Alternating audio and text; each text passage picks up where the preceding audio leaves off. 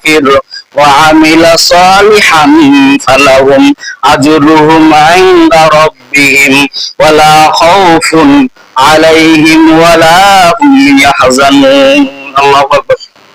আল্লাহ রাব্বুল আলামিন বলতেছেন সূরা বাকারার 62 নম্বর আয়াতে, আল্লাহ বলতেছেন তোমার অন্তরকে তুমি পরিশুদ্ধ করো, কোন ঈমানটাকে তুমি মজবুত করো। আমি ইহুদি নাসারা এবং সাবিনদের প্রতি আমি আল্লাহ পাক এমন বিশ্বাস স্থাপন করেছি, তারা যদি দুনিয়া এবং আখিরাতে যদি বিশ্বাস স্থাপন করে ঈমান আনে ওয়া আমিলা সালিহান এবং যদি ভালো কাজ করে, ফালাহুম আজরুহুম ইনদা রাব্বিহিম ওয়ালা খাউফুন আলাইহিম ওয়ালা হুম ইয়াহজানুন, তাদের রবের নিকটে তাদের আল্লাহ তাআলা পারিশ্রমিক বদলা দিবেন এবং তাদের দুনিয়া এবং আখিরাতে কোনো টেনশন রাখবেন না। বলেন না সুবহানাল্লাহ। আল্লাহ পাক বলতেন যে তোমার মনটাকে তুমি কৃপণ করিও না, বড় আকৃতি করো, যেরকম আমল করবা তেমন সব তোমার আমল নামে আমি বঞ্চিত করে দিব। যেমন আমল করবা তেমনই আমি দিব, তার থেকে আমি বঞ্চিত রাখবো না, তোমাকে আমি বিদায় করবো না। তুমি যেমন কর্ম করবা তেমন ফল দিয়ে দিব। কোন সম্মান ব্যক্তিকে তুমি যদি অসম্মান করো, আমি আল্লাহ তোমাকে অসম্মানে জায়গা ফেলায় রাখবো।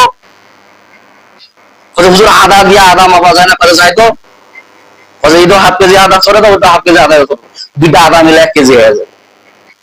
তার মানে কি, আপনি যদি সম্মানী ব্যক্তিকে যদি সম্মান দিতে না জানেন, আল্লাহ তাআলা আপনাকে বেসম্মান জায়গা ফেলায় রাখবেন।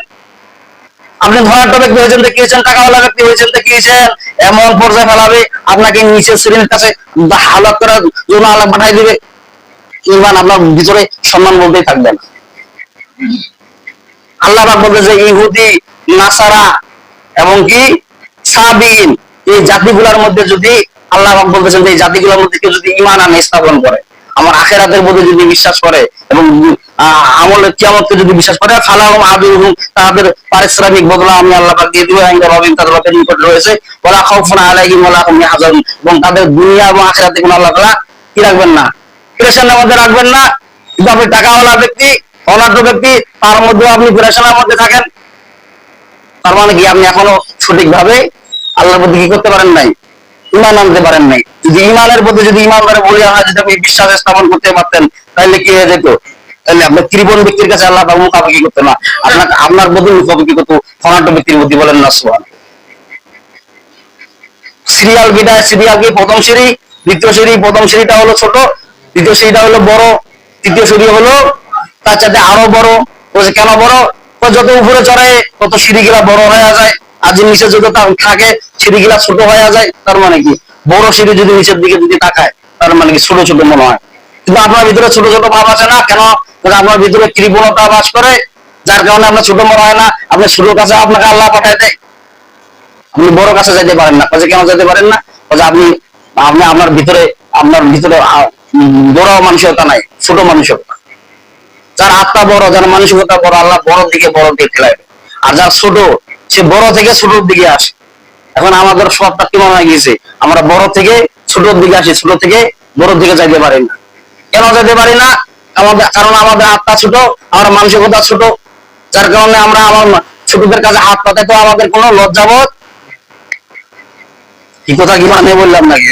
মুফাসসির তাফসীরে দেখা এইভাবে বলতেছেন যে আল্লাহ পাক বলতেছেন আপনার বড় থেকে আল্লাহ আপনাকে ছোটর দিকে দিবেন। আপনি যখন সম্মানী ব্যক্তিকে যখন সম্মান দিতে পারবেন না, যখন আপনাকে বড় করতে পারবেন না, আপনি এত পরিমাণে আমল করবেন, এত পরিমাণে ভালো কাজ করবেন, তারপরও মনে হবে যে আমি সামান্য ভালো কাজ করবেন, মনে হবে যে অনেক কিছু ভালো কাজ করে ফেলাইলাম।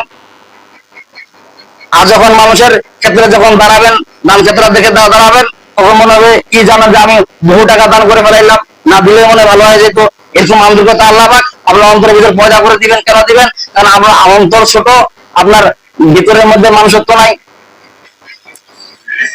একটা ছাগল আর একটা ছাগলকে মনে করেন যে মূল্যায়ন করবে, একটা কুত্তা আর একটা কুত্তাকে মূল্যায়ন করবে। যখন নাকি আপনি একটা মানুষ যখন কুত্তাকে মূল্যায়ন করবেন, তখন কি হবে? পশু বুদ্ধি আপনি মূল্যায়ন করলেন, আর পশুকে মূল্যায়ন করার কারণে কি হয়ে গেল? আপনার অন্তরটা ছোট হয়ে গেল, আপনার আত্মাটা ছোট, আপনি ছোট মাপের মানুষ বুঝাতে চাচ্ছেন। মানুষ আল্লাহ বনি আদম, আল্লাহ পাক মানুষকে শ্রেষ্ঠত্ব দান করেছেন। এক মানুষ আরেক মানুষকে যখন সম্মান করে না, আল্লাহ পাক বলেন যে তুমি ওকে সম্মান না করার কারণে, অহংকার করার কারণে তোমাকে আমি ছোট পর্যায়ে দাঁড় করে দেব। মানুষের স্বভাব কেমন স্বভাব চিন্তা করেন। মানুষের স্বভাব যদি আল্লাহ তাআলা দান করেন, যে কুকুর গুলা কুত্তা গুলা কিন্তু আপনার সম্মান চেনে না, সম্মান চেনে মসজিদ হোক আর মাদ্রাসা হোক, পাউচা করে বলে বলে পোশাক করে দিয়ে দিবে, ঠিক না বলে? আপনার আল্লাহ শ্রেষ্ঠ দান করে বনি আদম আপনি শ্রেষ্ঠ মানুষ। আল্লাহ বলে ইন্নাল্লাযীনা আমানু ওয়াল্লাযীনা হাদু ওয়ান নাসারা ওয়াস-সাবিঈনা মান আমানা বিল্লাহি ওয়াল ইয়াউমিল আখির ওয়া আমিলা সালিহান ফালাহুম আজরুহুম ইনদা রাব্বিহিম ওয়ালা খাউফুন আলাইহিম ওয়ালা হুম ইয়াহজানুন। আল্লাহ পাক বলেন যে আমি মাসুক এবং শ্রেষ্ঠ দান করেছি। তোমরা কি জানো ইন্নাল্লাযীনা নিশ্চয় সমস্ত লোকেরা আমানু যারা আমার আল্লাহর প্রতি বিশ্বাস করবে, ওয়াল্লাযীনা হাদু ওয়ান নাসারা ইহুদিদের মধ্যে হোক এবং নাসারাদের মধ্যে হোক এবং সাবিদের হিন্দুদের মধ্যে হোক, মান আমানা বিল্লাহ আমার আল্লাহর প্রতি যদি ঈমান আনে বিশ্বাস স্থাপন করে, ওয়াল ইয়াউমিল আখির এবং আখিরাতে যদি বিশ্বাস স্থাপন করে, ওয়া আমিলা সালিহান ফালাহুম আজরুহুম ইনদা রাব্বিহিম ওয়ালা খাউফুন আলাইহিম ওয়ালা হুম ইয়াহজানুন। আর যদি ভালো আমল করে তাদের বদলা আল্লাহ পাক তাদের রবের নিকট থেকে দিবেন, ওয়ালা খাউফুন আলাইহিম ওয়ালা হুম ইয়াহজানুন। আর আল্লাহ তাআলা মানুষের দুনিয়া এবং আখিরাতে কোনো ভয় এবং পেরেশানি রাখবেন না। ইহুদি এবং নাসারাকে যদি কথাটা বলতে পারে আমি তো মুসলমান দাবি করি, তারপর আমি ইহুদি নাসার থেকে আমি খ্রিস্টান হয়ে গেলাম। আল্লাহ পাক চ্যালেঞ্জ করে বলেছেন যে ইহুদি এবং নাসারা এবং খ্রিস্টানদের মধ্যে যদি আমার আল্লাহর প্রতি যদি বিশ্বাস করে তাদের বদলা আমি আল্লাহ পাক দেওয়ার ওয়াদা করছি। আর আপনি মুসলমান, তাহলে আপনার প্রতি আল্লাহ কত বদলা দেওয়ার অঙ্গীকার করছে। বলা হয়েছে নবীজির বিশ্ব নবীজির উম্মত ছাড়া জান্নাতের মধ্যে সর্বপ্রথম কেউ যাবে না, আগে বিশ্ব নবীজির উম্মত যাবে জান্নাতে, তারপরে বাকি উম্মত গুলা যাবে। ইহুদি নাসারা এদের প্রতি যদি আল্লাহ বলিয়ান হয় যদি এই বিশ্বাস স্থাপন করতে পারে আপনি একটা মুসলমান। আমি মুসলমানের ঘরে জন্ম নিয়েছি, ওরা তো ইহুদির ঘরে জন্ম নিয়েছি, ওরা তো খ্রিস্টানদের ঘরে জন্ম নিয়েছে, ঠিক না বলেন? ওদেরকে যদি আল্লাহ তাআলা এই বদলা দেওয়ার জন্য প্রতিশ্রুতি যদি আল্লাহ দিতে পারেন, তা আমি একজন মুসলমান। আচ্ছা পদে পদে এক মুসলমান আরেক মুসলমানকে মারি খাচ্ছি, কেন আমরা খাচ্ছি? ইহুদিয়াতে মার খাচ্ছি, বেদিনদের মার পিটা খাচ্ছি, কেন খাচ্ছি? একমাত্র আমাদের ভিতরে মানুষত্ব এবং মুসলমানত্ব না থাকার কারণে। তা আমরা যে মুসলমান বলে যে দাবি করি, আমাদের ভিতরে কেমন বলিয়ান থাকা লাগে বলেন? মুসলমানের প্রতি অহংকারী এবং কি কৃপণতা রাখা যাবে না। আপনার রক্ত আপনার যেটা বিস্তার লাভ করাবে, সয়লাভ করাবে, সেও কৃপণ হয়ে যাবে। এই জন্য আপনার আন্তরিকতা বা মনুষ্যতা এমন পর্যায়ে দাঁড় করতে হবে যেন আমি একজন মুসলমান। হযরত আবু বকর রাদিয়াল্লাহু তাআলা ধনাঢ্য ব্যক্তি ছিলেন, সমস্ত সম্পদ তিনি ইসলামের জন্য ব্যয় করে দিয়েছেন। উমরের ছিলেন, ও ব্যয় করে দিয়েছেন। মা খাদিজা রাদিয়াল্লাহু তাআলা আনহা ছিলেন, সমস্ত ইসলামের জন্য ব্যয় করে দিয়েছেন। তাও অসহায় লোকের কি করেন নাই? খোঁজ খবর নিয়েছেন, অসহায় লোকে না খায় রাখেন নাই। আর আপনি খোঁজ খবর নিতে পারেন না, আপনি নামাজ রোজা হজ যাকাত দিয়ে আপনি বড়াই করতেছেন। সাহাবীরা বড়াই করতেছে কি কতবার সাহাবীদেরকে তাকে দান করতে হবে। এক ইহুদি এক সাহাবীর বাসায় কাজ করলেন, কাজ করার পরে পারিশ্রমিক দিচ্ছেন, তার মধ্যে 10 টাকা বেশি দিলেন।